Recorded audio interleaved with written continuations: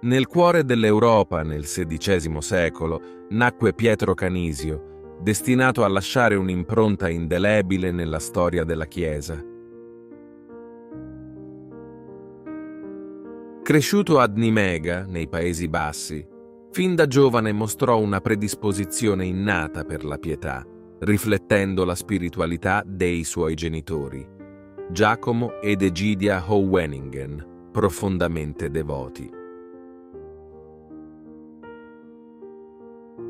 La sua strada verso la santità si aprì quando il padre decise di mandarlo all'Università Cattolica di Colonia per una formazione completa.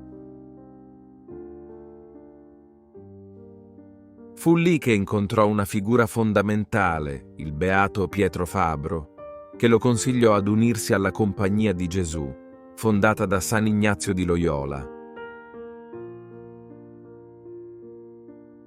Non fu però un cammino senza ostacoli.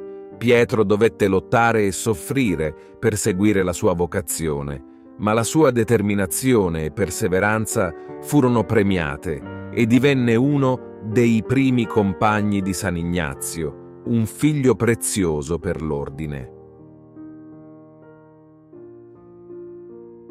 La vita di San Pietro Canisio fu un susseguirsi di imprese significative. Fondò collegi, guidò la provincia tedesca, partecipò attivamente a congregazioni e al Concilio di Trento, difendendo strenuamente la fede cattolica contro le eresie di Lutero.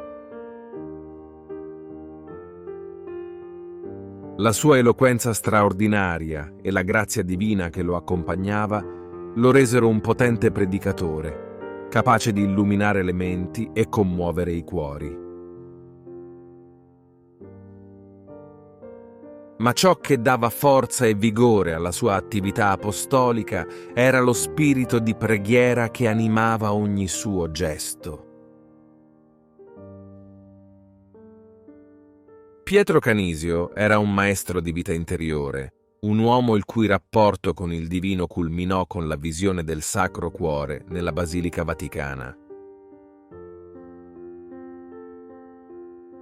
Nonostante fosse onorato da principi, uomini di santità riconosciuta e persino da 4 sommi pontefici, San Pietro Canisio mantenne sempre un'umiltà straordinaria, considerandosi l'ultimo tra tutti. Declinò persino per 3 volte il vescovado di Vienna, esemplificando la sua profonda obbedienza e umiltà. La sua vita fu un inno alla dedizione, alla disciplina e alla costanza nella fede. Morì nel 1597, lasciando un'eredità straordinaria di opere teologiche, tra cui il celebre Catechismo, un pilastro della dottrina cattolica che continua a influenzare e guidare fedeli in tutto il mondo. San Pietro Canisio rimane un faro di spiritualità, un esempio di come la preghiera, la dedizione alla vocazione e la costante ricerca della santità possano influenzare profondamente il mondo circostante, anche nei momenti più tumultuosi della storia religiosa.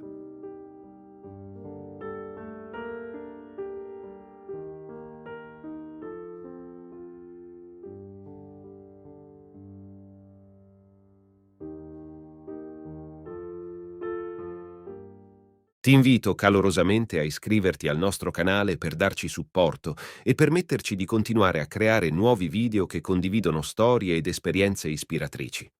La tua iscrizione è un prezioso sostegno che ci motiva a condividere più contenuti di valore e a diffondere messaggi di speranza, fede e crescita personale.